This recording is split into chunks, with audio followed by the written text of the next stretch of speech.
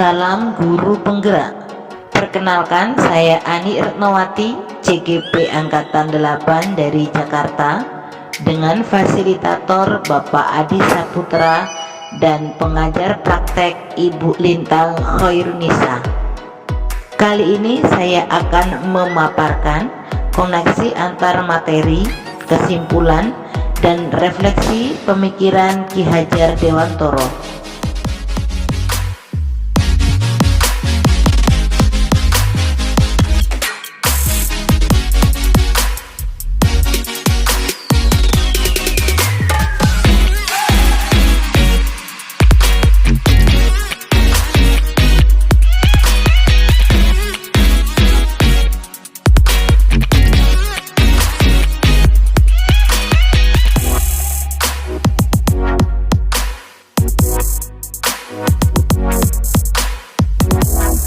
Sebelum mempelajari konsep pemikiran Ki Hajar Dewantoro, ada beberapa keyakinan saya bahwa guru adalah pusat pembelajaran, yakni guru lebih banyak menjelaskan materi pelajaran, sementara siswa duduk diam di bangku masing-masing untuk mendengarkan. Tanpa memikirkan, anak akan cenderung bosan dan mengantuk selama di kelas.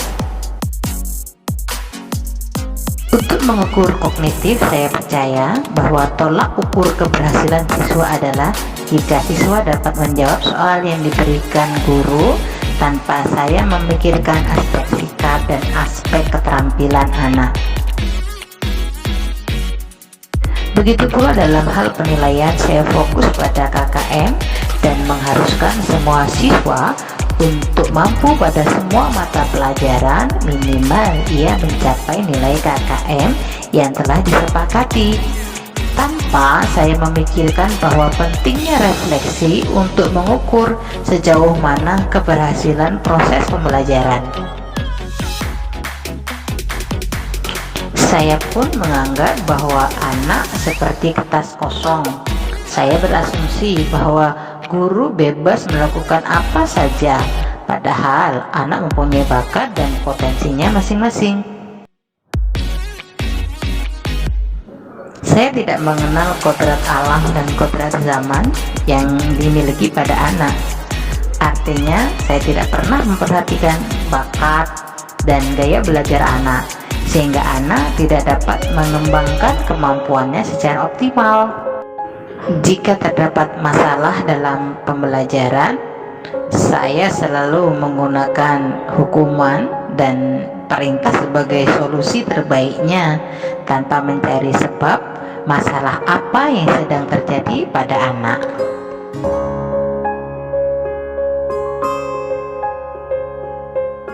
Setelah saya mempelajari pemikiran Ki Hajar Dewantoro, saya menyadari bahwa pembelajaran harus berpusat pada peserta didik, sehingga peserta didik dapat belajar dengan aktif, kreatif, inovatif, gembira, dan menyenangkan, sehingga materi yang diajarkan kepada peserta didik dapat terserap dengan baik. Meningkatkan prestasi akademik dan non-akademik.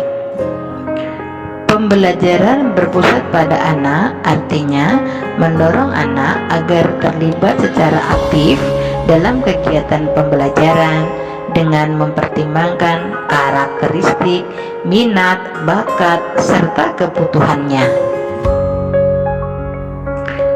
Menggunakan strategi dan model pembelajaran yang menggali motivasi anak menjadi pembelajar sejati, selalu ingin tahu terhadap informasi dan pengetahuan dalam suasana pembelajaran yang menyenangkan, sehingga tercipta merdeka belajar.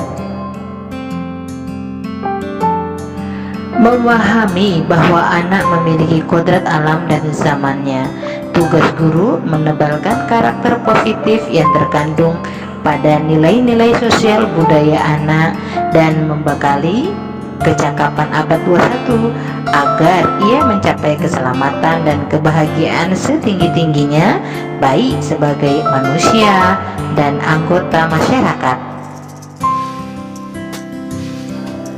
Guru mendampingi tumbuhnya kecakapan budi pekerti anak dalam proses pembelajaran yang dialaminya menuntun agar dapat mengalahkan nafsu dan mampu menguasai diri, sehingga ia tumbuh menjadi manusia yang beradab dan berbudi pekerti luhur. Untuk itu, sebagai guru, saya memiliki semboyan trilogi pendidikan ing ngarsa sung tulodo, ing matya bangun karso tutwuri handayani. Artinya, saya harus menjadi suri tauladan, membangkitkan motivasi, semangat, dan memberikan dorongan serta arahan kepada anak.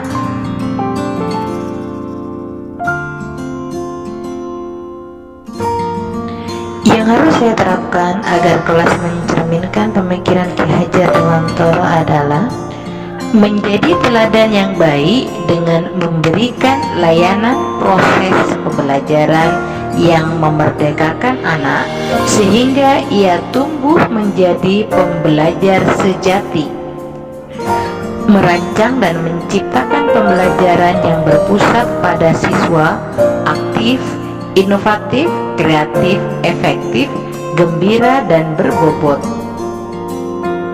Memfasilitasi siswa dalam mengembangkan potensi sesuai bakat dan minatnya, serta memahami karakter dan keunikan siswa sehingga ia mampu tumbuh dan berkembang dengan baik.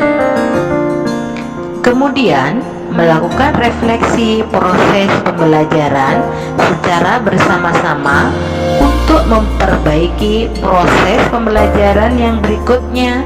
Anak dapat menentukan gaya belajar yang diinginkannya sehingga ia dapat termotivasi dalam belajar. Untuk menumbuhkan karakter positif secara konsisten dan berkelanjutan, saya membangun kedekatan emosional kepada anak dan orang tua.